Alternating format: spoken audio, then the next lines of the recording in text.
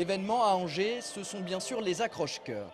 Depuis lundi dernier, Gilbert Baudin ne cesse de rassembler son armée des anges pour lutter contre l'apocalypse qui est, semble-t-il, prévu samedi. Ce soir, il écumait une dernière fois les rues d'Angers pour prévenir du danger. Les démons n'ont qu'à bien se tenir. Mais je vais me reconvertir demain. Comment c'est possible? Devenir gentil. Il paraît que sinon je crains, donc là je commence à avoir peur. Un peu plus tôt dans l'après-midi, les élèves du lycée professionnel de La Roseraie ont défilé place du Pilori. Leur objectif, mettre les Angevins au diapason en leur inculquant la tendance vestimentaire du week-end grâce aux robes qu'elles ont elles-mêmes confectionnées. Alors si vous souhaitez participer d'une manière ou d'une autre à ce festival, il vous suffit de vous transformer en ange. Rien de bien sorcier. Tout simplement, s'habiller en blanc, une auréole, des ailes et quelques plumes. Cette année, les accroche-cœurs, ce sont une vingtaine de compagnies, 100 artistes et 5 grands rendez-vous publics. Cela commence ce vendredi, place Leclerc à 22h30 avec le spectacle Place des Anges. Ça continue samedi avec les parades et l'Armée des Anges 20 à 15h30 place Frépel et la grande révélation à 20h30 place du Ménil. Dans la soirée, vous pourrez suivre le spectacle La Fabrique 2, place La Rochefoucauld à 22h30. Les accroche-cœurs, ça se termine dimanche avec le traditionnel pique-nique qui aura lieu avenue Jeanne d'Arc à partir de 12h30 et avec la représentation Le Grand Sabbat, place Leclerc à 18h30. Retrouvez toutes les infos sur le site internet qui s'affiche en bas de votre écran. Attention, de gros travaux vont démarrer lundi soir à partir de 21h sur une portion de l'autoroute A11.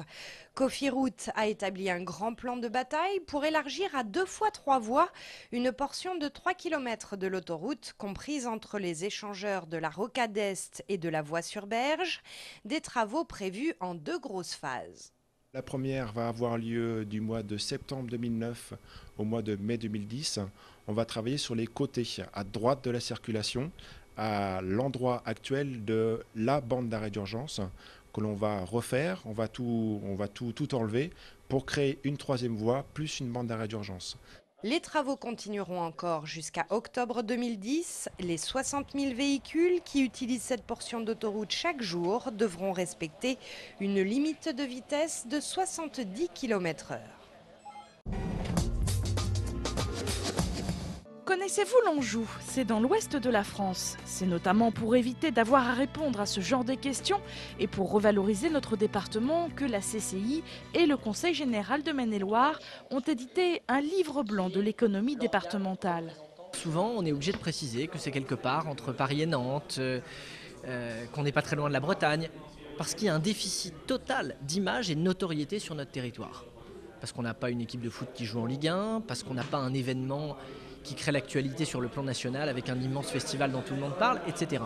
Or, ce déficit de notoriété, c'est pas seulement un problème pour notre amour-propre ou pour notre ego, mais ça pose une difficulté, c'est qu'un territoire qui n'a pas d'image, il a plus de difficultés à attirer de nouvelles entreprises, à attirer de nouveaux habitants, à faire en sorte d'être réellement attractif et dynamique.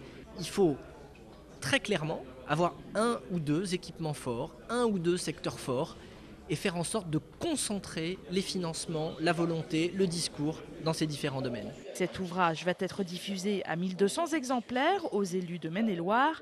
L'idée est de faire un constat sur les points forts du département et de tenter de les développer. Le végétal, bien entendu, la ville phare qui reste Angers, même si Cholet et Saumur, ce sont des villes d'importance.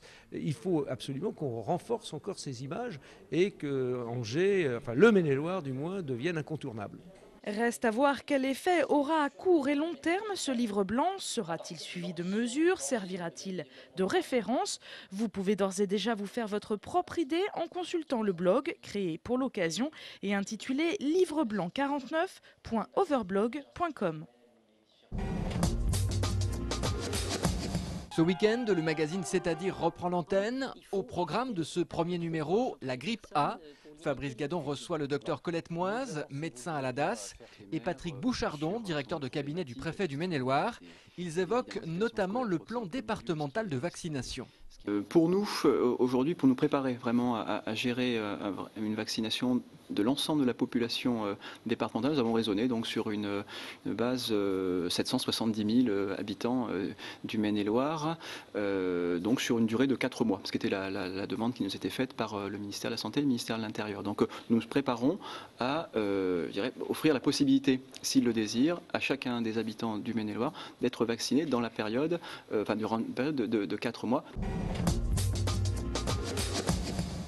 C'est sans doute la fin d'un long feuilleton judiciaire. Hier, la Cour d'appel de Poitiers a en effet débouté d'anciens salariés d'ACT qui réclamaient des primes de licenciement similaires à celles de leur ex-collègue de Bulle. En décembre 2002 à Angers, l'usine ACT avait fermé ses portes après un conflit particulièrement violent. Les salariés d'ACT, qui pour la plupart d'entre eux avaient travaillé pour Bulle auparavant, avaient alors décidé de se retourner contre leur premier employeur. 120 personnes réclamaient chacune 53 000 €. En décembre 2007, la Cour d'appel d'Angers leur avait déjà donné tort, jugement confirmé donc hier par la Cour d'appel de Poitiers. Le grand rendez-vous, c'est samedi soir. Les joueurs d'Angers-Noyant retrouvent enfin la D2 après un an de purgatoire en National 1. Ils sont prêts, ils sont motivés, mais pourtant ça commence mal. Mardi soir, Julien de la Bretèche, l'un des joueurs cadres de l'équipe, s'est blessé. Rupture des ligaments croisés et au minimum 6 mois sans jouer. Je pense que dans les jours qui vont venir, je vais me rendre compte de ce que c'est vraiment, de ce que ça signifie et de l'arrêt que ça va me faire. Juste à la fin de la prépa en plus, alors que le championnat commence. Mais bon, c'est comme ça fait partie du sport. Il va falloir se relever de ça. Un coup dur que les joueurs vont devoir surmonter rapidement. 4 équipes descendront en fin de saison. Il faudra faire mieux qu'elles pour viser le maintien. L'objectif change du tout au tout pour une équipe habituée la saison dernière à caracoler en tête. Moi, j'essaie de marteler un message d'humilité par rapport à la D2 parce qu'il va falloir qu'Angers-Noyant reparte à la conquête de la D2. L'année de la descente plus l'année de la N1 l'année dernière, ça fait 2 ans.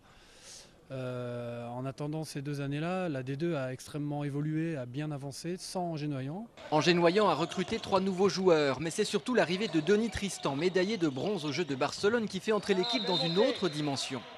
On a des certitudes sur la qualité collective, sur l'état d'esprit, sur notre capacité à défendre ensemble, sur notre capacité par moment à bien jouer ensemble. Maintenant, il reste l'état d'esprit de la compète et ça, on découvrira samedi. Samedi 20 h, Noyant reçoit Gonfreville qui s'est maintenu la saison dernière. Le tableau d'affichage est déjà prêt.